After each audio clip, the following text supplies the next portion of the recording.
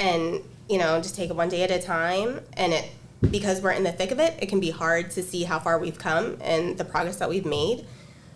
But just remember, you're doing great. You're here. You're taking strides. And yeah, just keep doing what you can to find joy, and to bring joy into your life.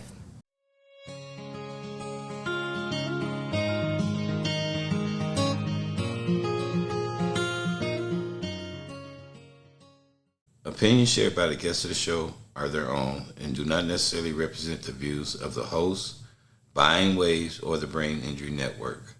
This podcast is for informational purposes only and is not a substitute for professional medical advice, diagnosis, or treatment. Always seek the advice of a healthcare provider with any questions you may have regarding a medical condition. Thank you. Hi, I'm Carl, a TBI survivor and a member of Bind. And hi, I'm Carrie, a stroke survivor and a member of Bind as well. And today we're going to welcome Tanika Connesero, a brain injury survivor, health coach, doula, and a single mother of 3 boys. So welcome, Tanika. Thanks.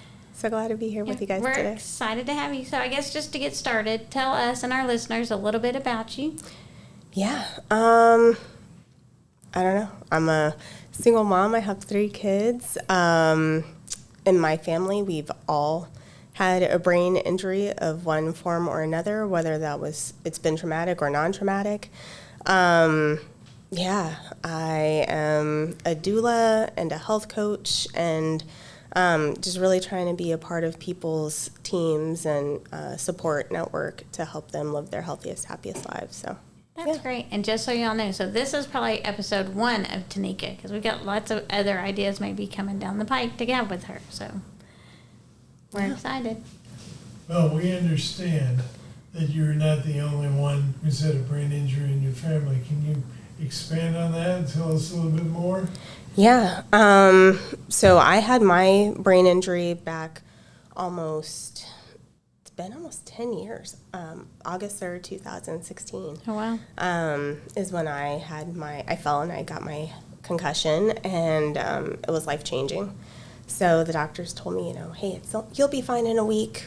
You'll be able to get back to normal life after that, and I wasn't. So, yeah, that was me. And then my oldest son had some head injuries playing soccer and just kind of a random freak accident where he kind of passed out in the shower one time. And then my middle son has seizures. He has epilepsy. Okay. So that's been ongoing for most of his life.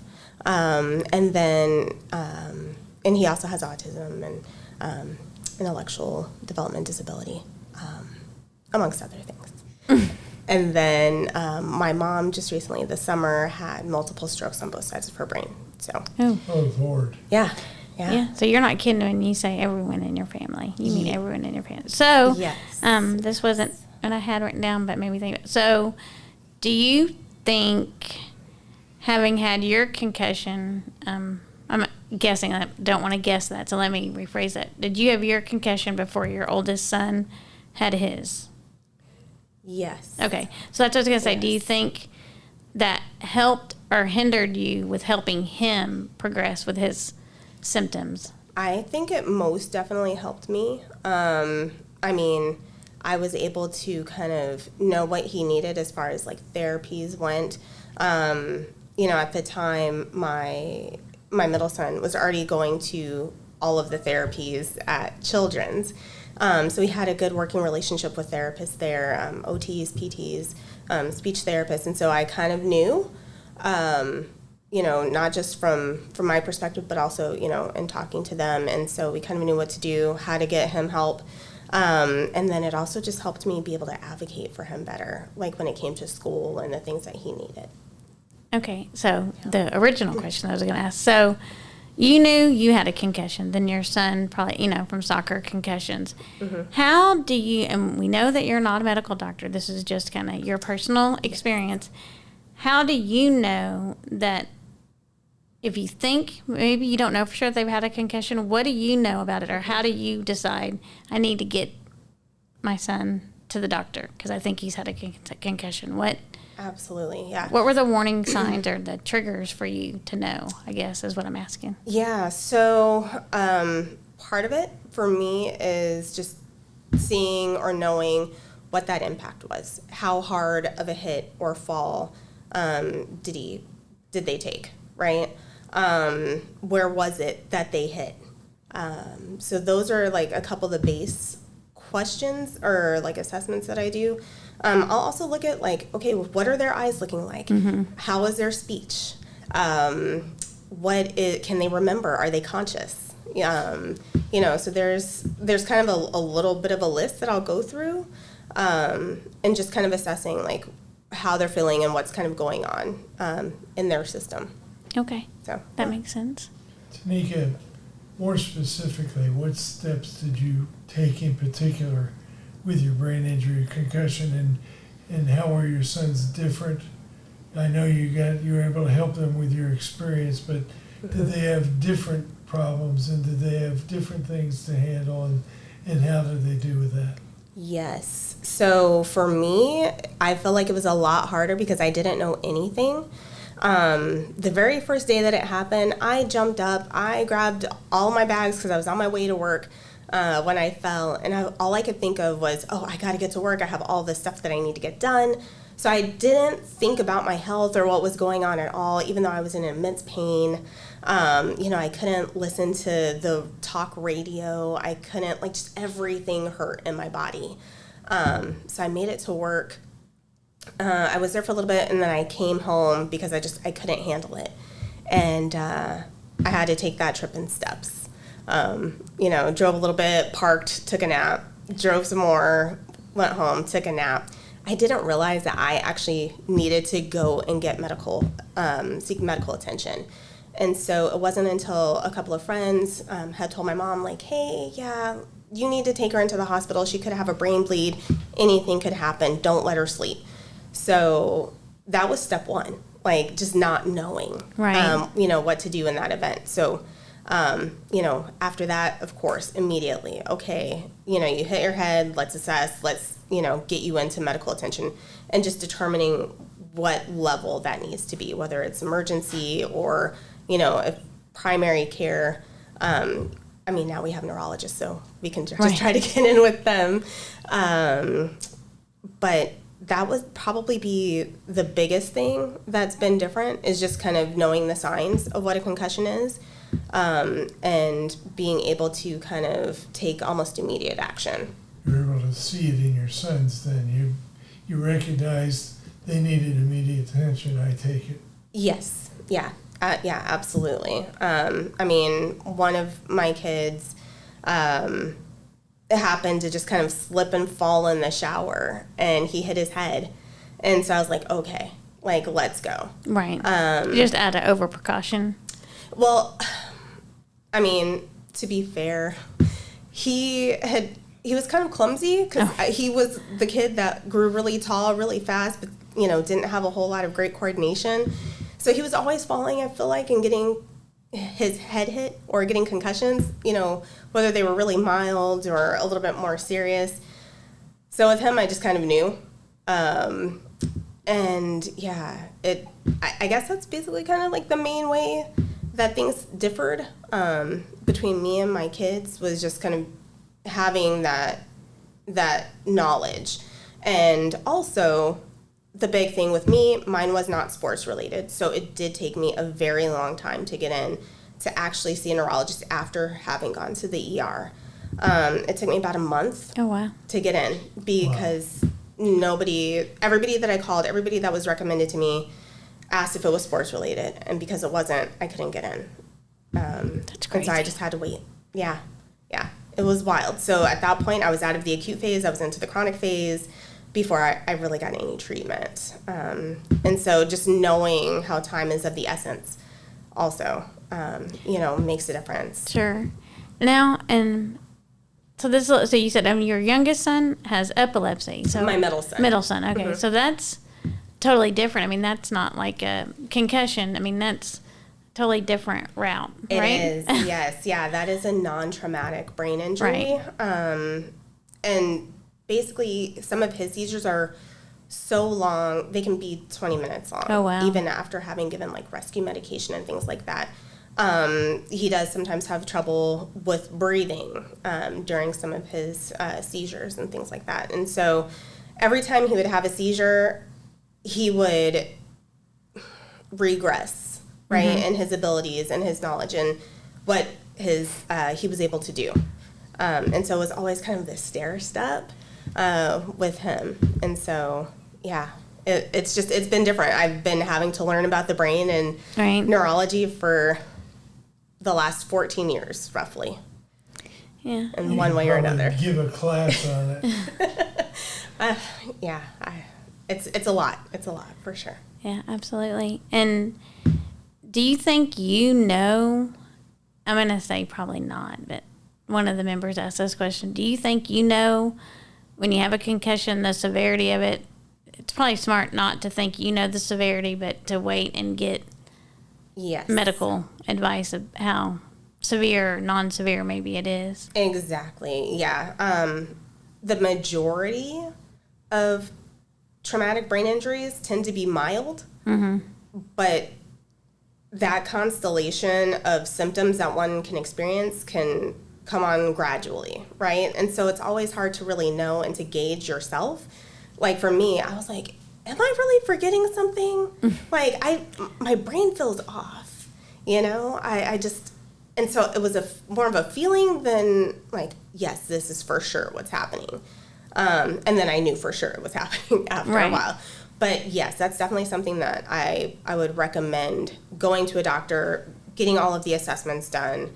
They can tell you, what the severity is.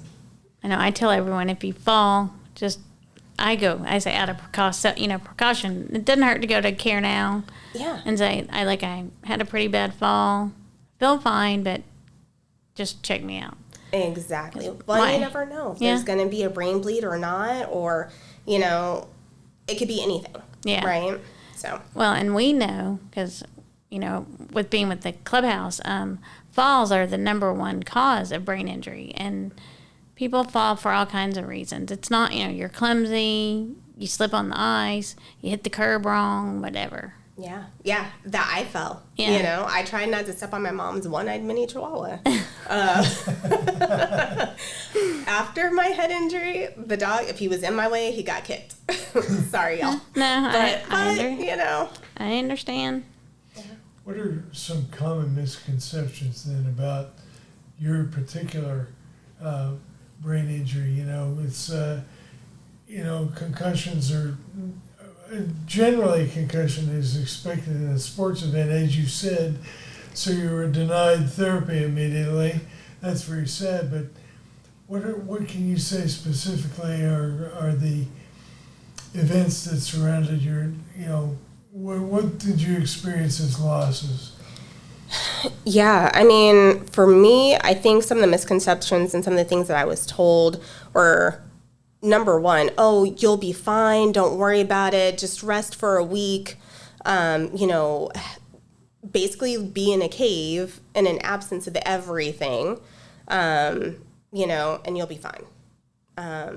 Now we know different, right? You actually need to kind of have input and do things to help you recover. And then I would say another big one for me was, just, oh, you'll be fine. Like recovery is the same for everybody, but we know that life factors play a part. Women tend to heal more slowly from brain injuries than men do. Whether that's from hormonal shifts or the amount of stress and just kind of lifestyle factors that impact us. And so, that I feel like those were a couple of really big ones. I'm trying to think. I don't know. Brain injuries are a tough animal, aren't they? So, so you learn the hard way by having one. Yes. You never expect that. You don't learn in high school what to do in case you have a brain injury, and the learning process is half the battle. Absolutely. And actually, I remember now what I was going to say. So I had a doctor tell me, oh, well, you know, where you're at after 2 years is the end all be all. That I feel like was the biggest misconception. Once I heard that and once I hit my 2-year mark, I was okay because I was trying to fight and I was trying to, like, you know, recover. And then I just got depressed because I was like, well, I'm at my 2 years. He said, you know, I just need to find a job at McDonald's basically. And, you know, like, this is it. And I was 35, 36 at the time. I was like, and, you know, had little kids. What am I going to do? Like, this can't be. Right. Yeah. That, I mean, that's, and Carl and I have talked about that. And we tell new survivors all the time. That is the worst thing that I think doctors do is they give a time set. And we know from experience, like I said, I'm 16-year post, you know, recovery. Carl's 19 years. And we both know that we still continue to heal in different ways and recover. So it's a lifetime recovery. I mean, yes, it would be nicer if they said, you know, you might kind of see a plateau at around 2 years. It doesn't stop. I mean, you do hit plateaus and kind of go into those peaks and valleys all throughout. But yeah, it doesn't ever stop. That's what I try to always tell new survivors. Yes. The more you put into it, the more you're going to get, and you just keep on keeping on. So that is, I think, one of the most frustrating misconceptions that you're at a certain point, you're done, you've got is what you're going to get is not fair. I'm going to take a quick little break and just remind our listeners to click that like button, click that subscribe button, click that follow button, click the notify button on YouTube. If I missed a button, it has a thumbs up, just go ahead and click it. So, okay, now I'm going to kind of switch a little bit because kind of going off of both your brain injury, your concussion, and then your being a health coach, do you think, or does nutrition play a role in healing, helping the healing process from any brain injury? We won't just say concussion, but... Yes, yeah, most definitely. You know, I always think of it and always say brain health is whole body health, right? And whole body health is brain health. So, you know, any good nutrition is going to help. You know, getting in your vegetables, you know, those good green leafy vegetables and fruits. You know, that's really going to kind of help you and nourish your body, give you the things that you might need. A lot of times when we get sick or when we get injured, we're already depleted, right, of nutrients and minerals and things like that. So just bumping that up and just giving your body the opportunity to do what it needs to do and to try to heal and to try to work more optimally is always going to be key. Also, there are certain nutrients and vitamins and minerals that have been shown to actually help heal the brain and heal the body. You know, one of which is magnesium, right? Magnesium is used for hundreds of different processes in the body. So if we're deficient in that, then, you know, it's a little harder. Yeah. Okay, like I said, that might be another episode later on that we get a little more focused on that. So, yeah. Okay. What are some of the signs that somebody may have had a concussion brain injury? Do you have any specific signs that, well, you've seen problems with your sons, so. Yeah. Some big ones, I would say, are balance issues or movement issues. Sensitivity to noise or to light, speech issues, right? Memory issues. For me, and I know a lot of other people, it can be tinnitus or that ringing in the ears. For me, I also had my ears were so sensitive just to pressure, you know, coming in through the air vents in the car or the windshield wipers going. So I call it kind of my superpower, right? I have hypersensitive hearing. I can hear water run through walls sometimes or the electricity. But yeah, those are some of the main big ones, I would say. Also, you know, headache, joint pain or pain, you know, from the fall, whatnot, that can also be indicative. Interesting. Yeah, it is. And I'm going to ask a different question because this question that I have written down is basically the same question you just asked, so I'm going to skip it. But, I mean, I guess one of the key things that I'm kind of hearing, and I want to make sure our listeners understand, I mean, we say it all the time, once you've met a brain injury, you've met one brain injury. They're all different. So, you've had a concussion, Exactly. your son's had a concussion, but, y'all aren't, your symptoms are not the same, correct? And your Yes.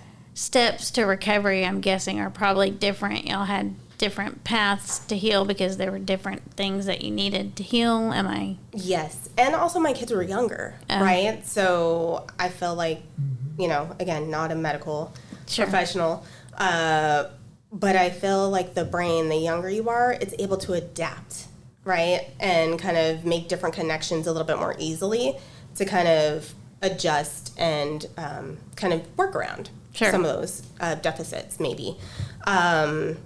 But yeah, definitely. There definitely are differences. We're all kind of different in the way that we've come out, on the other Sure. end. So, also I think the number of concussions Okay. can impact and make a difference. Yeah, as well. that's probably true because the more you have, the more damage you're going to get. Mm-hmm. Think about that. In different places. Right. Yeah. Yeah. Also, I did want to say to people that have brain injuries or concussions are also more likely to have behavioral or emotional changes as well. Things like depression or anxiety or, or symptoms of ADHD or might exacerbate their ADHD. So those can also be signs. And like for me, I've noticed, my attention might not be the same as it used to be. I kind of go down rabbit holes. And I get it. Yeah, Been there, done that. absolutely. And I know we kind of talked about this, but what would you say are like some of the best ways that you advocated for yourself and for your children to make sure that you're being heard and that you're getting what you need? Because I feel like a lot of times as new brain injured, that's where we fall short, and it's not for lack of us wanting to, it's for lack of us knowing any better, knowing what we don't know. Exactly. And I feel like for me, that's a lot of it. I've done a lot of self-educating, a lot of reading, a lot of watching videos and conferences and things like that, or attending conferences. And so I think that's really kind of the biggest thing that I've done. And just them being able to go to, say, the school, and for instance, my oldest son, his senior year, had a concussion right towards the beginning of the year. Mm-hmm. And so I had to advocate for accommodations. Well, in some states like Colorado, they will actually give you accommodations for a brain injury, which, think about it. You have a brain injury, so you are struggling to think. Mm-hmm. But in the state of Texas, or at least in our district at the time, because it's considered as a temporary injury and not a permanent injury, it doesn't necessarily fall under the Americans with Disability Act. Wow. Yeah. And so I had to push and fight and ask for accommodations and get the letters from his therapists and everything like that to help him. And thankfully, his teachers were willing to work with him. But yeah. That's interesting. I didn't know that. I'm sorry, my brain is spinning on other ideas for topics, and because I didn't know that. That's frustrating. I'm gonna have to find me some learning disabled teachers and get them in here and figure out what they know or don't know. Yeah. But I'll just ask before we wrap up. I'm seeing the sign over there. Is there any last words or big tidbits of advice that you'd like to give to new survivors out there to let them know they're not alone? Yeah. Keep working, or anything you want to share? I would say, 1, you are a walking miracle, right? So Exactly. yeah, Could be 6 feet under. Exactly. And just take it one day at a time, and because we're in the thick of it, it can be hard to see how far we've come and the progress that we've made. But just remember, you're doing great. You're here. You're taking strides. And yeah, just keep doing what you can to find joy, and to bring joy into your life. Absolutely. Okay. Well, thank you so much, Tanika. Thank you very much. Yes, thank you for sharing your insights. And like I said, I'm already thinking about what we could talk about next, and we'll have you on again because I think that'd be exciting. And again, thank you to all our listeners for listening. And remember, you can find us on all your favorite platforms every other Thursday. So until next time. Bye. Thank you. Bye.